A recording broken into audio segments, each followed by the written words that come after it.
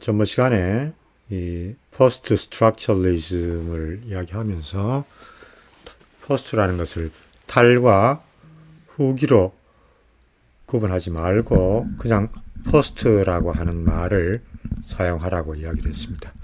Post의 구조주의입니다.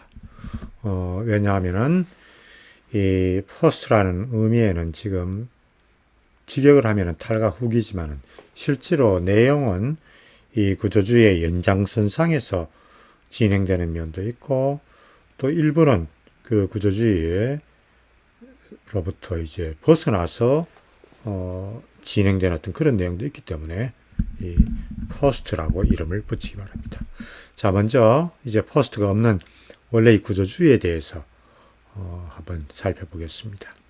구조주의의 가장 바탕이 되는 것은 소시르의 언어학입니다. 언어학 분야에서 대단히 중요하죠.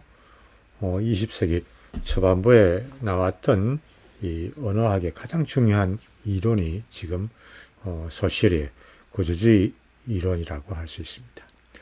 자, 이제 소시르는 이 언어라는 것을 랑그와 바롤이라는 것으로 구분을 합니다. 이 랑그라는 것은 바로 언어라고 하는 직접 쓰는 언어 앞서 존재하는 심층적인 랭귀지 시스템입니다. 언어 체계입니다. 그리고 이것으로부터 이제 개인적인 발화, 직접 실제로 쓰는 언어죠. 이것을 이제 구별을 합니다. 그래서 이것을 언어 체계를 랑그라고 부르고 개인적인 실제적인 어떤 쓰임, 개인적인 발화를 바롤이라고 하는 용어로 이제 사용을 합니다. 이것은 물론 불어입니다만은 불어임에도 불구하고 모든 언어학에서 기본 언어로 기본 용어로 사용하는 것이니까 랑그와 바롤 그대로 기억을 하기 바랍니다. 조금 더 이 랑그를 이야기하자면은 랑그라는 것은 화자인 우리가 무의식적으로 의존하는 그런 공유 체제입니다. 언어의 공통 분모가 되는 어떤 그런 시스템이죠. 바롤은 이 체계가 언어의 실제 쓰임새를 통해서 개별적으로 이제 실현된 경우를 바롤이라고 말합니다. 바로 개인적인 실제 발화입니다. 이 랑그와 바롤의 이 구분은 이후 진행된 모든 구조주의 이론의 핵심을 이루고 있습니다. 이것이 랑그와 바롤의 어떤 구분입니다. 언어 연구의 고유한 대상은 이 개인적인 발화가 아니라 어떤 의미 체계의 또 의미 행위의 밑바탕에 깔려 있는 어떤 시스템이라고 할 수가 있습니다. 또 낱말들도 이 구분이 됩니다. 각 낱말은 signifier와 signified라고 하는 양면 같은 두 부분으로 이루어진 기호입니다. 자, signifier는 기표라고 이름을 붙이고 또 이 기표가 지시하는 의미, 이것은 기이라는 어떤 용어로 이제 쓰여집니다. signified죠. 이것 구별 역시도 언어학에서 대단히 중요하죠. 영어학 전체에서 이 signifier 기표입니다. signified 기입니다. 바로 이 기표와 기라고 하는 이 두 영역으로 부분으로 이루어진 기호 사인이 바로 낱말입니다. 이 사인이 signifier와 signified로 이렇게 분리가 되죠. 이 기호이고 모든 낱말은 그래서 기호입니다. 기호이고 또 상징이기도 하죠. 기표는 쓰이거나 말로 행해진 하나의 표시이고 어떤 표시이고 기인은 그 표시, 기표가 만들어낼 때 생각되는 것, 개념입니다. 그래서 기이라는 것은 내용으로서 하나의 개념이고 기표는 하나의 표시입니다. 자, 예를 들어서 교통신호등을 한번 보겠습니다. 빨강이라는 것은 서라고 하는, 스탑이라고 하는 그런 개념입니다. 그런 의미를 갖고 있습니다. 거기에서 파란색은 가라고 하는 의미를 지니고 있습니다. 노랑은 기다리라고 하는 어떤 변화되고 빨강에서 파랑으로 변화되는 파란색에서 또 빨간색으로 변화되는 어떤 그런 그 색깔이죠. 그래서 이 교통신호 자체가 하나의 기호체계입니다. 빨강, 파랑, 노랑이라고 하는 색을 통해서, 자, 기호를 통해서, 낱말을 통해서 그 개념을 표시하죠. 서라고 하는 개념, 가라고 하는 개념, 기다리라고 하는 개념을 표시합니다. 그래서 이 교통신호는 이 기호체계 이 안에서 의미를 갖습니다. 그러나 이 빨강이라고 하는 기표와 서라고 하는 기이의 관계는 필연적이 아니고 임의적입니다.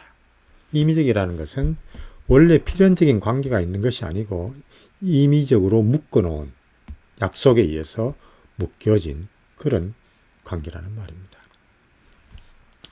이 말은 빨강과 서라고 하는 이 기표와 기 사이에 어떤 본질적인 관계가 있는 것도 아니고 또 필연적인 관계가 있는 것도 아닙니다.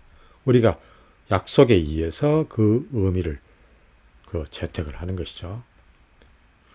교통체계의 색깔은 그 색깔 고유의 절대적인 의미를 갖고 있는 것이 아니라 원래 빨간색이 서라고 하는 어떤 본래적인 의미, 절대적인 의미를 갖고 있는 건 아니죠. 약속입니다.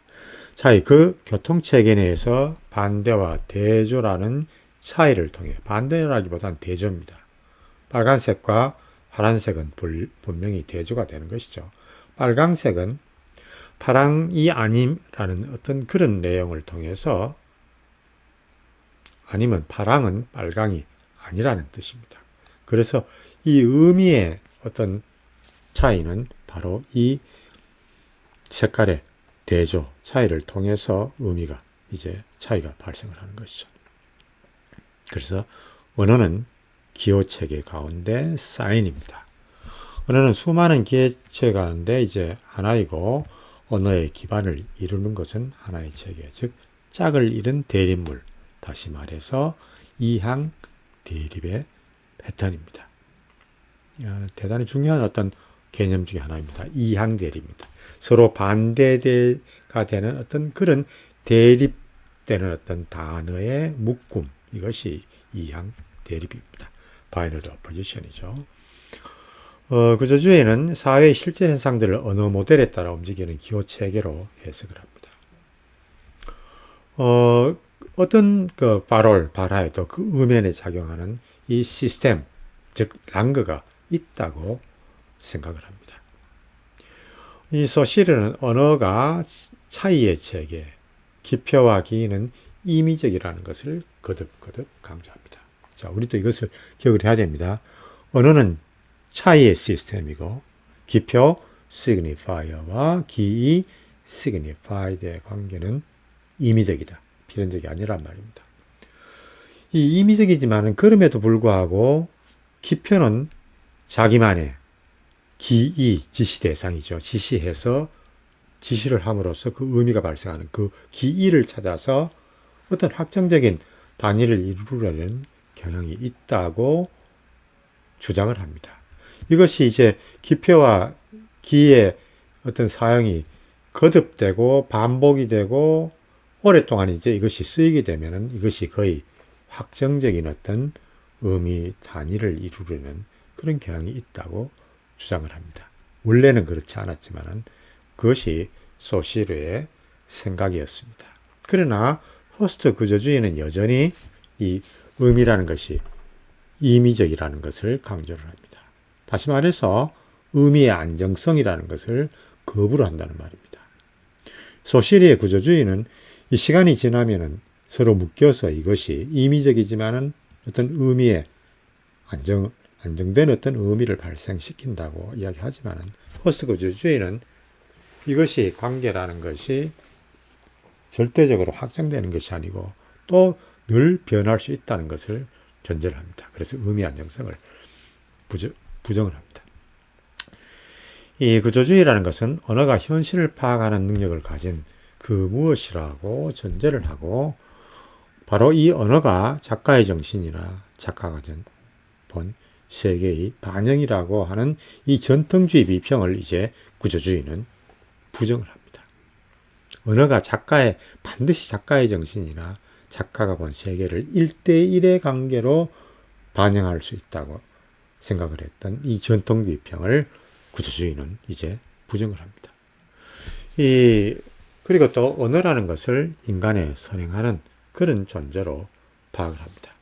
의미의 근원이라는 것은 이제 작가와 독자의 경험이 아니고 의미를 지배하는 규칙과 패턴이라고 이야기합니다. 그래서 의미는 개인이 아니라 개인을 지배하는 시스템이라고 이야기를 합니다.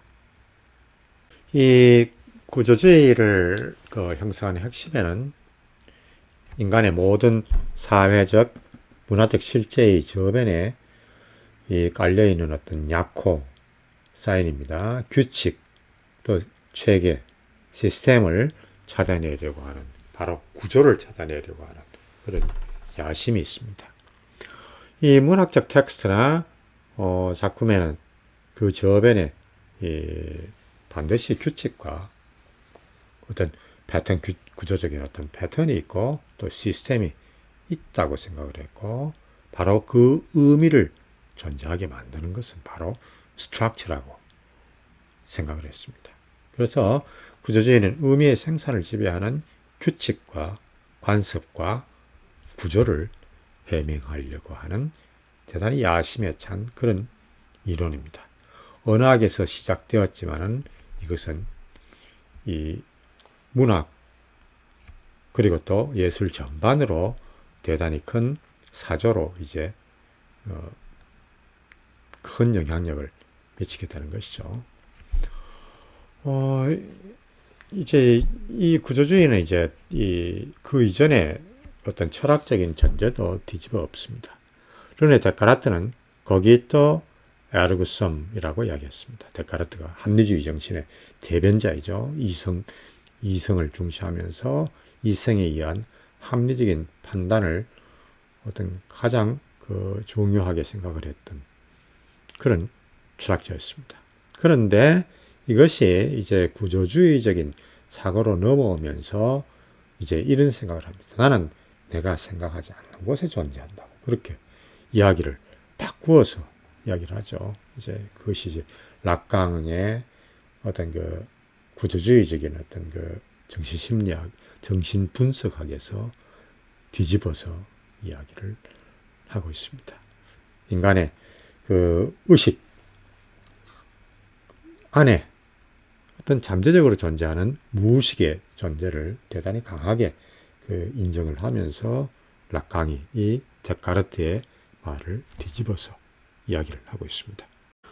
이 구조주의에 이어서 이제 포스트 구조주의가 이제 나오게 되는데, 이 구조주의라는 것이 인간이 만든 기호의 세계를 정복하는 욕망을 갖고 있었다면 사인입니다. 모든 낱말은 사인이죠.